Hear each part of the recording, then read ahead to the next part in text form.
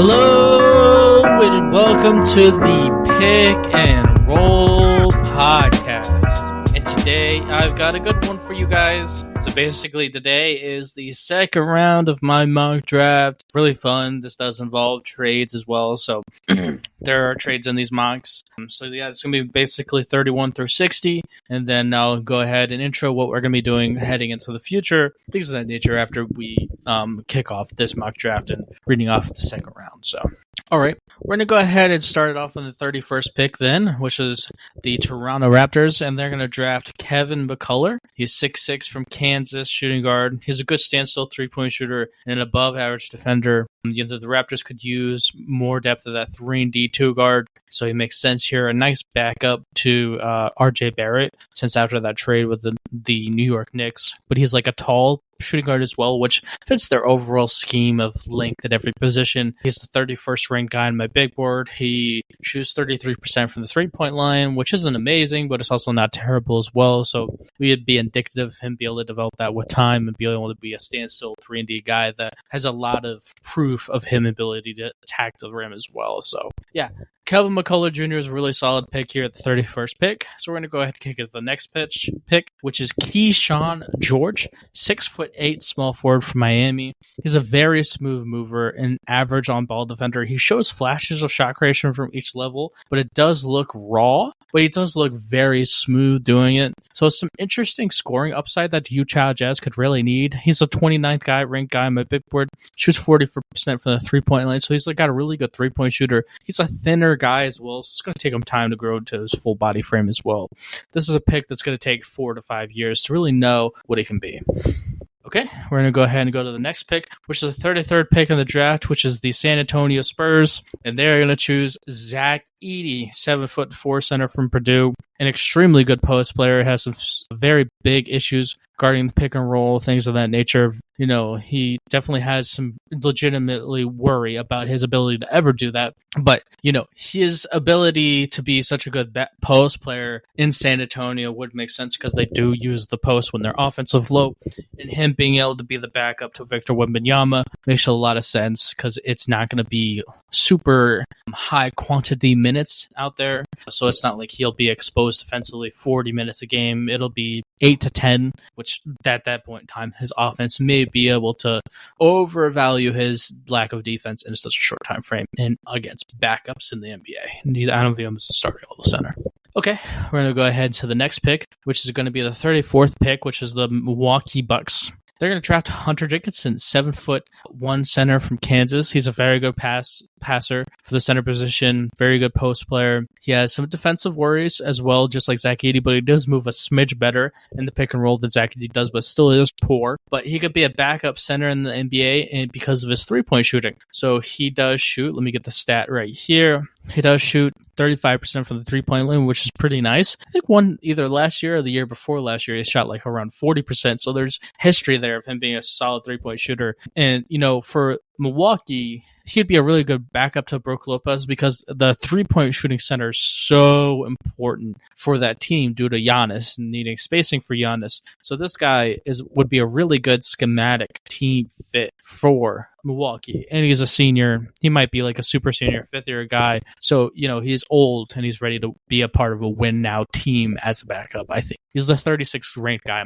Let's go ahead and kick it to the next player, which was going to be from Portland. Portland Trailblazers have the 35th pick, and they're drafting Jameer Watkins, 6'7" from Florida State, small forward. It's a good mix of like a strong frame with some nice athletic gifts. Has a really solid handle. Definitely shows the ability to get to the rim pretty well. Looks like a good on-ball defender as well. An above-average passer for the position. He could be a really solid bench small forward for the Trailblazers. And let's see here. He is the 27th ranked guy on the big board, 35% three-point percentage, which was pretty solid. Yeah, he's definitely got some things going for him that could lead to a really solid bench wing in the future. All right, let's go ahead and kick it to the next pick, which is going to be Minnesota Timberwolves, and they're going to draft Trevoron Brazil, 6'9", power forward / small forward from Arkansas. Really good standstill three-point shooter. He's a good rim attacker, but sometimes his handle can look a little raw. He's a very, very truly elite athlete, but is paired that with a really slim frame. It's going to take him time to be able to grow, put on muscle to be able to defend in the NBA. But his athletic gifts does make him have a high upside defensively if once he goes into his body frame, which may take 4 or 5 years. I call him, he could definitely be a 3-and-D wing in the future, a nice rotational piece for the 3-and-D player off the bench for Minnesota. So that's why I have him there. He also does shoot 34% from the 3-point line, so you can shoot the 3. All right, let's go ahead and get to the next pick, which is going to be the Charlotte Hornets. They're going to choose Wooga Popular. So in this draft, I did have them trading for Jordan Poole. So he did beat Jordan Poole's backup, 6'5" shooting guard from Miami, a good standstill 3-point shooter. He's a very good defender, on ball, very athletic. His shot creation looks very raw, so it probably just will never translate to the NBA. But he has a good shot to be a solid bench and 3-and-D 2 guard, which Charlotte would desperately need. He shoots 38% from the 3-point line, which is really solid.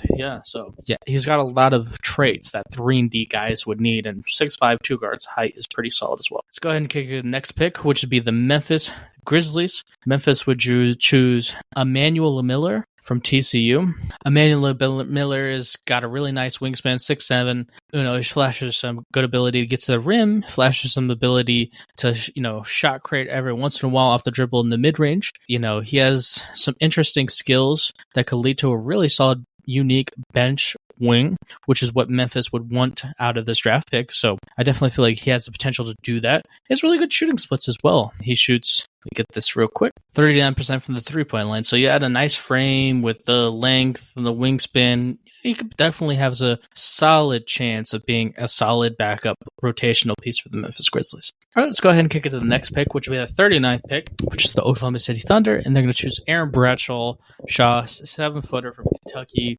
His intrigue is, the mix of the 3-point shot, which he shoots 28.6% from the 3-point line. He does have some flashes of like pull-up mid-range shot and things of that nature. He has a very raw offensive game, but he obviously has some scoring upside. Really thin frame. This is a project, a guy that would legitimately take 5 to 6 years of development to really see what he could be. But, the Oklahoma City Thunder could really has the time to develop this kind of guy, and they have a really good development program. So a raw guy like this could really work out for the Thunder. Okay, let's go ahead and kick it to the next pick, which is going to be the Portland Trail Blazers. They're going to choose Trey Alexander, 6'4" shooting guard from Creighton. He's a really good finisher at the rim, average defender, above average passer for a shooting guard position. He's a good standstill 3-point shooter, but his 3-point shot has really went downhill this year. This year he shot 32% from the 3-point line. Last year he shot around 40%, so it really went downhill this year. But he has the potential to be a nice backup bench guard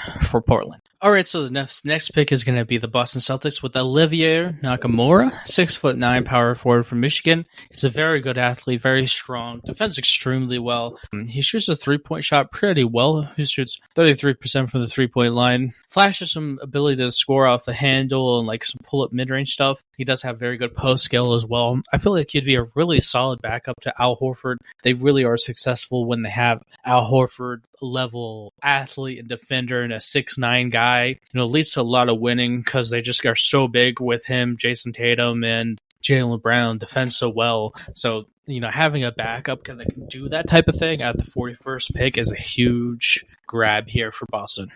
All right, let's go to the next pick, which is the New York Knicks. They're going to draft Tristan Da Silva, 6'9" power forward from Colorado. He's a very good shooting 3-point shooting power forward. He shoots 37% for the 3-point line, which is really, really great. Shows some flashes of coming off ball screens and things of that nature. And an above average defender. Yeah, an above average defender. He definitely can be a long-term 3-and-D player that the Knicks can bring off the bench to be a nice solid backup to Julius Randle, which would be really nice. The next pick in the draft is going to be the Houston Rockets, and they're going to draft Ryan Kalkbrenner. He's a 7'1" center from Creighton. He's a very, very, very good shot blocker at the rim. He'd be a drop coverage center. He doesn't have great movement skills. He's not going to be a pick and roll stopper, but he could be a really nice long-term backup to Sengun and offer some defensive rim to affect some high-tier rim defense, which they could really use as a backup center to complement Sengun's offensive powers. You know what I mean? But Sengun's not a great rim defender, so kind of plugging their weakness here, I think would be really solid. So it's a really good pick here, 43. All right, the next pick is going to be the 44th pick in the draft. It's going to be Chibuzo Akaboro, 6'7" small forward from Boise State. Has a really good mix of a strong body frame and a very athletic. He's an ideal wing defender. He's a good standstill three-point shooter with an average handle, and he could be a really solid bench 3D player. I'll get his three-point percentage real quick here. 41.6% 3-point percentage, which is really great. So, this guy could be a really solid long-term 3D wing for them. Orlando Magic are going to draft Cartland Carrington, 6'5" point guard from Pittsburgh. He has a very good shot creating footwork in the mid-range of the three-point line. He's extremely thin, and finishing at the rim is a real issue for him. Below average defender. And, his shooting splits have come a long way throughout this year. He used to be undraftable, but now he's shooting 40% from the field goal percentage and 31% from the three-point line. So he's got some serious upside. And, the Orlando Magic still have not found their long-term point guard. So, drafting him and doing what a lot of teams are doing, which is stashing their high upside potential guys in the G League, allowing Carlton Carrington to kind of figure it out in the G League for a few years to see if he's going to develop into anything. Really makes sense here at the 45th pick, where there's just not that much value in a general sense. Okay, we're going to go ahead in the next draft pick, which is going to be the Miami Heat. They're going to choose Xavier Johnson, 6'1" point guard from Southern Illinois, an extremely late three-point shot creator that's a very good passer and finisher at the rim. Very intelligent player that impacts both ends due to intelligence. Miami has so much lack of young talent at the point guard, so taking as many shots as they possibly can at the point guard position makes so much sense for them. And Xavier Johnson shot 36% for the three-point line, 42% field goal percentage off 22 points per game. So, he definitely had really great stats at the lower level. All right, let's go ahead and kick it to the next pick, which is going to be the Los Angeles Clippers, and they're going to choose Paticum Deidlet, 6'7", Germany small forward. He's a really good standstill three-point shooter, average athlete, average defender. Nothing else in his game. He's just a raw 3-and-D guy who is very young and thin. The Clippers' identity really revolves around 3-and-D wings, but they don't really have any young assets at that position. So finding a nice 3-and-D wing that could develop into that type of thing would be really helpful for them. Also shoots 35% from the three-point line as well. Let's go ahead and kick it to the next pick, which is going to be the Boston Celtics, and they're going to choose Tyler Kokek, 6'3" point guard from Marquette. Very intelligent basketball player and a very, very good passer. He really affects the game with his intelligence. Very good three-point shooter with great shooting splits, limited by a lack of athletic gifts. He has the potential to be a solid backup point guard in the NBA, though. And Boston's second worst backup position is point guard, even though Peyton Pritchard isn't terrible. But, a guy that can compete with Peyton Pritchard makes sense here. He has pretty solid shooting splits. Let me go ahead and get that for you guys. 48% field goal percentage, 40% three-point percentage. Really, and I think he's either leading college basketball with assists or is up there. He was 7.6 a game. So, yeah, he's a really solid one. Let's go ahead and kick it to the next pick, which is 49th pick in the draft, which is Sacramento Kings, and they draft Coleman Hawkins, 6'10", Illinois power forward, and true passing skill for the size. He's a really good three-point shooter. He's a very thin guy, so he's really switchable, but, if he had to guard, like, power guys, like the Julius Randles of the world, he wouldn't do very well. But he'd be a really interesting fit on a Sacramento Kings offense because of so much movement and his passing for the power forward position. Really interesting. He'd be a guy that you could honestly do some Domantas Sabonis stuff where you have him as the initiator of off-ball offense when Domantas Sabonis isn't on the floor. And the movement-based offense that they have, he'd be a really, really interesting fit. This is one of the better fits that I have in the second round. I'd be extremely intrigued by this. Also, he shoots 39.2% from the three-point line, so he can definitely keep people honest at the three-point line and be a solid spacing guy. But, the passing is where it gets really interesting with all the movement offense that the Kings have. Man, would this be an amazing fit as a second-round draft pick. He could really get some playing time for them. Okay, let's go ahead and kick it to the next pick, which is going to be the Indiana Pacers at 50. They're going to draft Keon Brooks, 6'7", Washington small forward. He's got some good post and mid-range scoring game. He's taken a huge jump in the three-point shot. His three-point percentage has never been above 30%. But this year he thought 38% from the three-point line, which is really nice. He has the potential to be a solid 3-and-D kind of guy that can give you some bench scoring. And, the Pacers suck at the small forward position, so taking as many shots as that as you possibly can makes sense here. Number 55th 51st pick is the Washington Wizards, and they're going to draft Johnny Furphy, 6'9" power forward from Kansas. He's a really good standstill shooter. I call him an average athlete, average defender, below average rim attacker. The Wizards would give him the time that he needs to grow into his body and be a rotational piece. And, he has a really solid game, and he's definitely improved a lot as time has gone on. So, Johnny Furphy from Kansas, number 51 to the Washington Wizards. The next pick on the draft will be the Detroit Pistons, and they draft Ryan Dunn. Ryan Dunn is 6'8" from Virginia, small forward. He is a all defense level defender. I mean, it is incredible how well he defends on ball. Really great athlete, really strong. He, attacks the rim really well, but the 3-point shot is a real issue. He shoots 21% from the 3-point line, which is abysmal. I don't think, that might never really be able to develop. So he's a boomer bust draft pick, but I mean, if he hit him and Asar Thompson guarding the wing would be just absolutely insane. All right, let's go ahead into the 53rd pick in the draft. It's going to be Jalen Tyson, 6'7". Oh, for the Indiana Pacers. They're going to draft Jalen Tyson, 6'7", small forward. Cal, limited athletically, below average defender. He gets to the rim really well, average 3-point shooter, good passer for the small forward position. It has some mid-range and post-scoring skill. It's very odd, quirky scoring skill game. It's very odd. Tough to describe. 36% 3-point shooter. Again, the Pacers suck at the small forward position, so taking as many shots as humanly possible at that position makes sense. The next pick would be the Memphis Grizzlies. They're going to choose Caleb Love, 6'4" shooting guard from Arizona. Below average athlete that flashes some good shot creation footwork, but he's just very inconsistent. I call him an above average passer for the shooting guard position. Poor defender. It's nice to be a solid backup shooting guard to Desmond Bane that can get him some scoring off the bench. Yeah, Caleb Love shoots 35% for the 3-point line, 43% field percentage. The next pick would be the Indiana Pacers, and they would choose Ajayi Mitchell, 6'5", point guard from UC Santa Barbara, below average athlete, really good deceleration, finishing at the rim. He's average, but he can make tough shots 4 to 8 feet away, flash and some mid-range shot creation in the pick and roll. Amazing shooting splits, average passer, below average defender. He could be a nice backup point guard to the Tyrese, so this makes sense here. I'll get his stats for you guys real quick. 50% field goal percentage and 40% 3-point percentage. Was really solid stats, yeah. The next pick is going to be the Los Angeles Lakers, and they're going to choose Matthew Cleveland, 6'7", small forward from Miami. Looks like a good defender and average athlete on the thinner side wise, which is not ideal for the 3-and-D wing. His 3-point shot is really pretty, possible 3-and-D player. And let me get his stats up for you guys. 35% 3-point shooter and 40% field goal percentage, so it's pretty solid.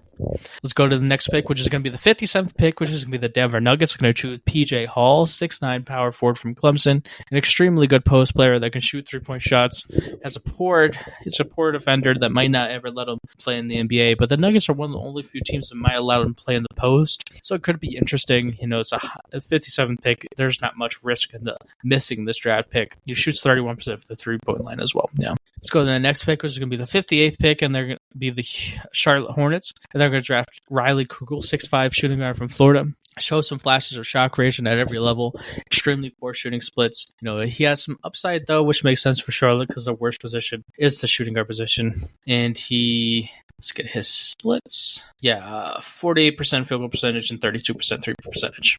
All right, let's go ahead and kick it to the next guy, which is going to be Jalen Celestine from the Phoenix Suns. He's good. He's got a really good mix of good strength and a good athlete, very good on-ball defender, extremely switchable. This is all NBA defense. This is due average rimmed attacker, but he can still do it. He could be a solid standstill 3-and-D wing for the Phoenix Suns here, which makes a lot of sense for them. He shoots 44% for the 3-point line. The last pick is going to be for the 76ers. The 60th pick is going to choose Dylan Jones, 6'6", from Weber State. He's a very big guy, lacking athletic skills. Solid 3-point standstill 3-point shooter, pretty good rim attacker, but it can be a really nice bench piece for the 76ers. My comp for him is Justice Winslow. All right, so that's the end of the mock draft, but I'm going to go ahead and intro you guys of what's going to be heading on basically in the future. So basically the NBA lists out a combine, and the combine happens sometime next month in May. Early May. And basically, the list of the invitees for the NBA draft combine, 100% of the people that got drafted last year got invited to the comp. So once that list comes out, I will scout everybody that's in that list. So, I'm not going to spend the next 4 weeks going over more so about scouting guys that we've already scouted. I feel like I've scouted all 60 guys I feel like in my big board have been thoroughly scouted. I don't feel like I need to learn anything else about these games, watch 4 to 6 games of the top elite guys. So, the reason why I scheduled that the way so that when this time frame comes around, I could really be sure of what I'm looking at, what I'm seeing. And so I'm going to have some unique stuff, unique topics to do for the next few weeks until early May comes around. They release the combine invites, and then I'll break down the people that are not in my top 60 big board that do get invited to the combine. So basically, this is what we're going to do for the next few weeks. Next week,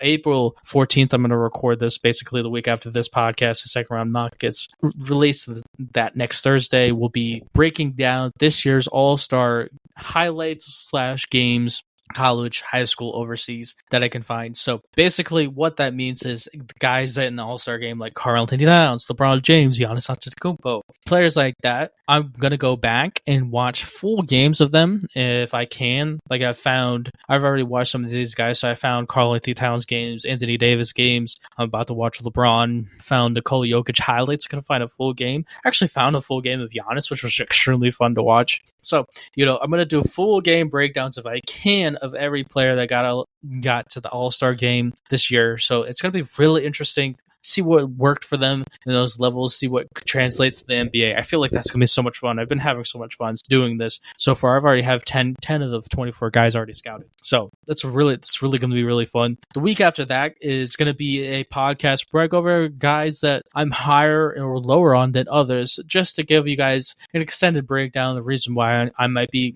lower on Zach Edey, or lower on Reed Shepard, or lower on Nikola Topic, or lower on Johnny Ferdfee. There's a lot of guys that I'm lower on, and I'm higher on some people. I'm higher on Kyle Filipowski. I'm higher on, I think my top 5 is pretty Isaiah Collier. I say outside of Isaiah Collier and Kyle Filipowski, I'm very similar with a lot of people with like top 8 guys. But, there's some guys that I'm just higher on than other people and lower on other people. So we're going to really focus on those people in that week's podcast breakdown. The week after that, we're going to go ahead and basically break down my big board from 2020. So yeah, I don't know if you guys know this, but before this podcast was something called the Basketball Artist Podcast with my best friend named Chris, and we did that for a while, and he had to stop doing it for personal reasons. But that was our first big board breakdown. It was 2020, which was our first year doing the podcast together. So that's going to be really fun. I didn't watch anything but highlights until 2022, so take it with a grain of salt. It's gonna be fun to listen to though. And then the week after that is going to be strengths and weaknesses of the draft class. Like, I can definitely say centers are really strength. It's a pretty solid small forward draft, terrible shooting guard draft. Just kind of go over those things and how that can impact this draft class, things of that nature.